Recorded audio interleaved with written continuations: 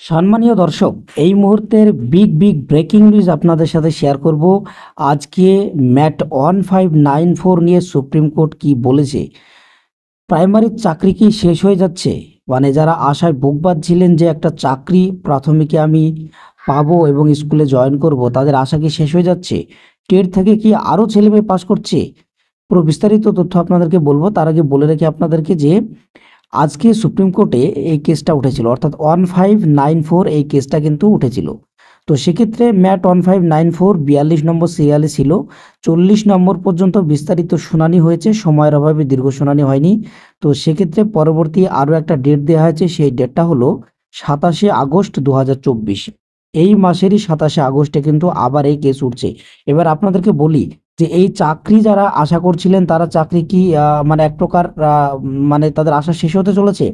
হ্যাঁ বন্ধুরা, যতটুকু আভাস পাওয়া যাচ্ছে সুপ্রিম কোর্টে 1594 কিন্তু ক্যান্ডিডেটদের পক্ষেই কিন্তু রায় আসার সম্ভাবনা প্রবল।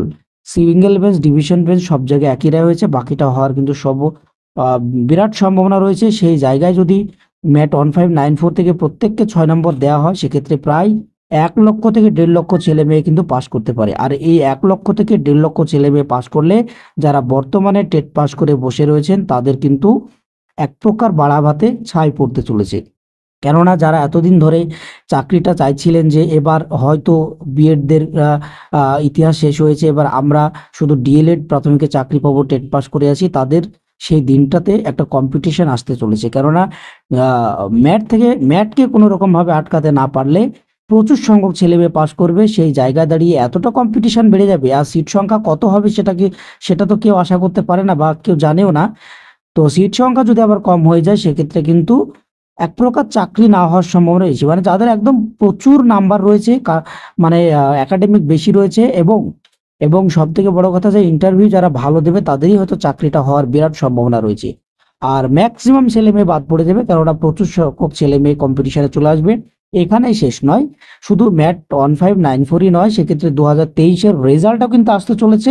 এবং সেই সাথে যারা বিএড করেছিলেন, তারা পরবর্তী ক্ষেত্রে ডিএলএড করছেন, যারা অলরেডি টেট পাস করে আছেন, তারাও কিন্তু একটা দল আসছে।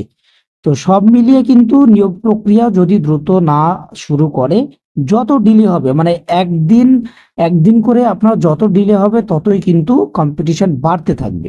সেক্ষেত্রে একটা বড় একটা চ্যালেঞ্জের মুখে দাঁড়িয়েছে 1594 এই কেসটা যদি ক্যান্ডিডেটদের বিপক্ষে চলে যায়, অর্থাৎ যারা এখন চাইছেন না যে ম্যাট 1594 থেকে পাস করুক বা এটা জিতে যাক, তাদের বিপক্ষে রায় চলে গেলে এক প্রকার চাকরি কিন্তু অনিশ্চিত, মানে চাকরি পাওয়াটা খুবই টাফ ব্যাপার হয়ে যাবে। তারপরে প্রত্যেক বছর তো টেট আছে, 2024-এর ডিসেম্বরে আবার টেট হবে, একাধিক বিষয় রয়েছে।